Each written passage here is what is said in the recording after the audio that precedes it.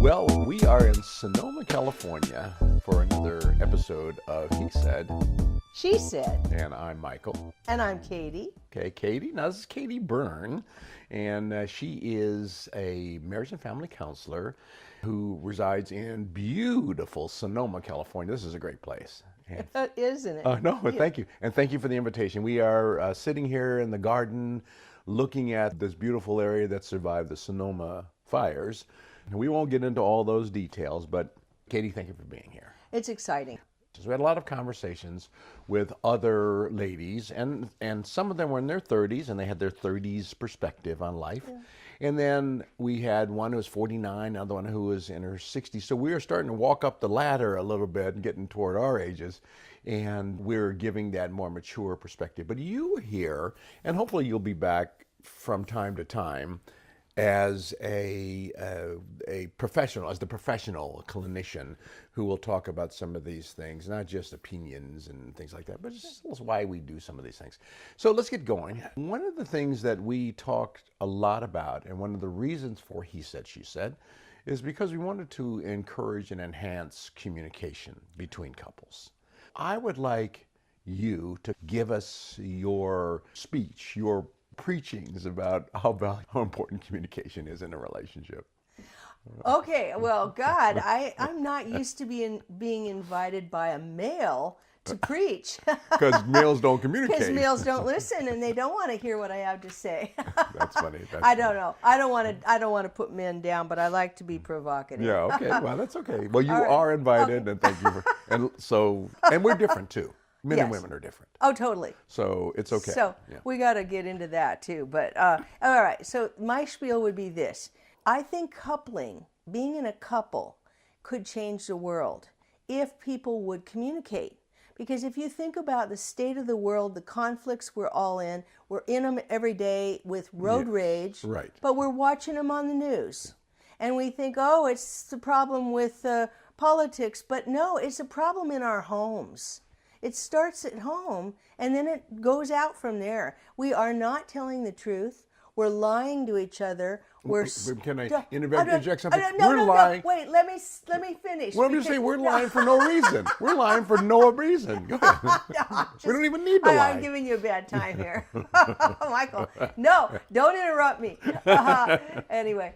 No, what did you say? I'm sorry, I was listening. No, you said, we're lying, and really, we lie for no reason. We even tell lies that we don't need to tell lies about. So go ahead. No, I love the interplay. I'm just giving you a bad time. Mm-hmm. But, it's that we walk around all day, and we smile when we don't mean it, or we act friendly when we really just gossiped about somebody. Mm-hmm. Or you're nice to your wife when you're really pissed, or you've got judgments, or you've got withholds. Right. So the communication is just kind of fake, Yeah. Hello. Yeah. There's another thing that happens too. I want to add to that. We smile when we really aren't smiling. We're just faking it. Somebody will walk by you on the street and say, "Hey, how's it going?" And you don't give an answer, and that's actually an attempt to dialogue. Yes, it is. And so a lot of times people will say that, and there'll be no response. And I'm thinking that we had an opportunity to communicate right there, briefly, in passing. Yeah. Yes. But there's no response. Yes. So here's the question: what's the fear? We're afraid, really. Underneath it all. What are we afraid of? That's what I want to brainstorm with you a little bit about. Mm-hmm. Well, I'm curious as a man what you think. People are actually unconcerned about everybody else. They're concerned only about themselves. I like that because one of the great couples therapists in the world, in my opinion, Harville Hendricks, when they asked him, what would you suggest to couples to make relationship work? He said, simply have curiosity. Mm-hmm, mm-hmm. Be interested in the other person. Easier said than done. I mean, we're still in fight or flight mode. Mm-hmm. We're still animals. We're evolving as a species I think your show should be called Relationship 101. Well, here's the thing. It's called He Said, She Said, but it is Relationship 101. I know. Because basically communication is a lubricant.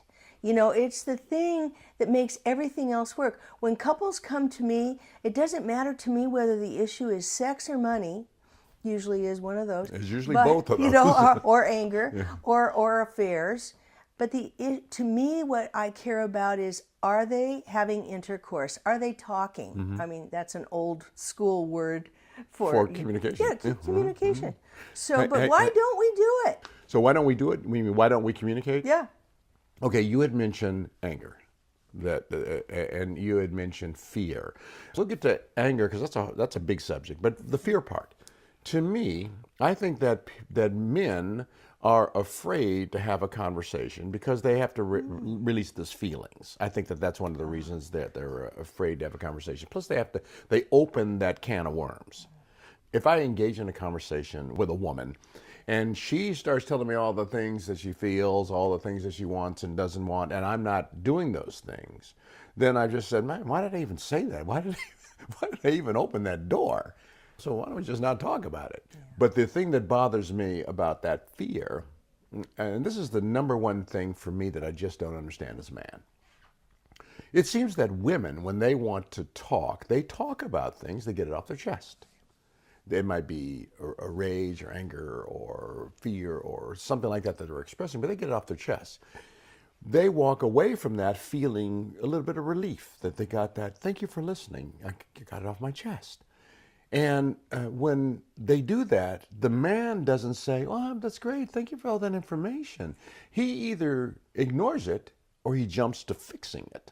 And he offers solutions and plans for an assault, a line of attack. How are we going to fix this? How are we going to straighten this out?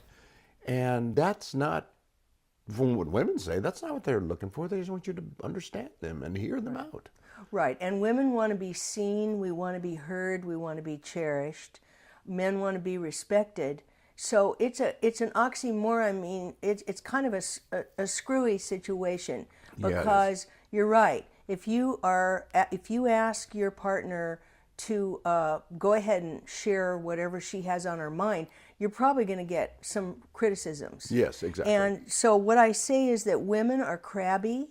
Women have their claws out, where kind of like the nails go in, and men are passive aggressive, or they stonewall, or they shut down. So neither of those work. Women do need to learn not to criticize and not to blame, and men do need to learn to get vulnerable. I think you hit that nail on the head if you'll excuse that. They meet themselves in the middle a little bit. Yeah, exactly. And that's a difficult thing to do. It's easier said than done.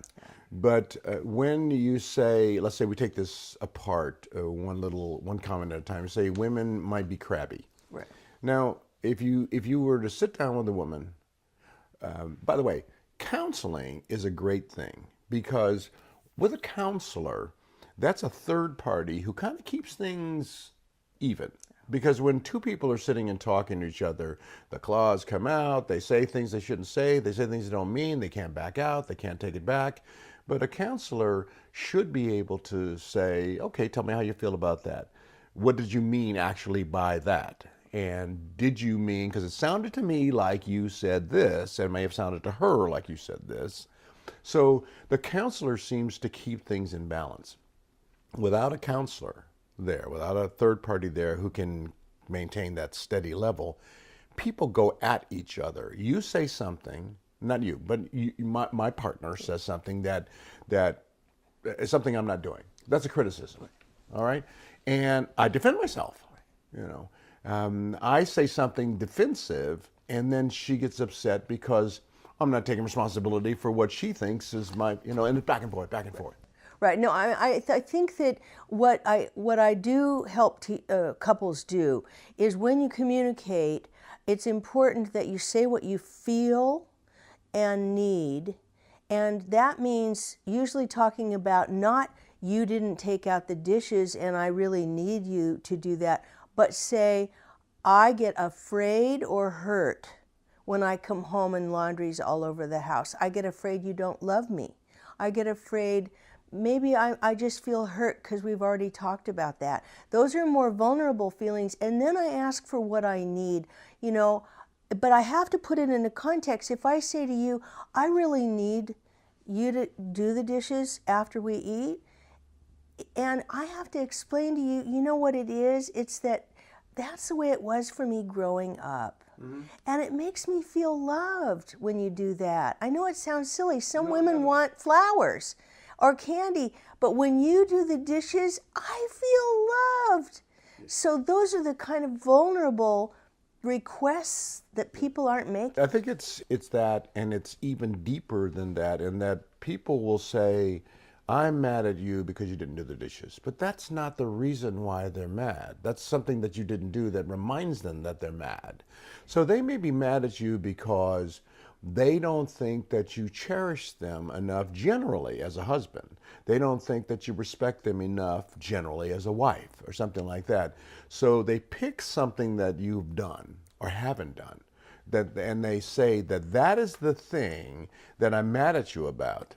And so you say, Mom, really? Seriously? You're pissed off at me and now we're in a fight because I didn't clean up the kitchen? Sure, he should clean up the kitchen. Of course he should clean up the kitchen. He's supposed to be made a mess in the kitchen. But that's not the reason why they're in that fight. Right. You know? That's just one of the things. Right. And if they don't focus on the real reason why, right, they're going to constantly be fighting over little things, right, and these little things will add up. But the hard part about focusing on the real thing is it always requires vulnerability. Oh, absolutely. And I see responsibility too, accepting responsibility. Yeah. But it is very important that each person asks for their unmet needs, but in a vulnerable way. Mm-hmm. And it's I tell men, I can change your life in 5 minutes. You will become so popular with women if that's what you want. Mm-hmm. And all you have to do is listen and then feed back what you heard. Mm-hmm. Get a little exercise in it. It sounds corny. No, not at all. It's just training. Yeah. But women need to feel heard. It's like generations of not being heard. You know, that's a very good practice. If the listeners leave here with nothing but this, I think they will be one step ahead, and hopefully they'll come back and they'll listen to more and more and more. But there are certain lessons that men need to learn about communicating with women, and vice versa, because it's not that the women are innocent. They're also guilty of not communicating well. Absolutely.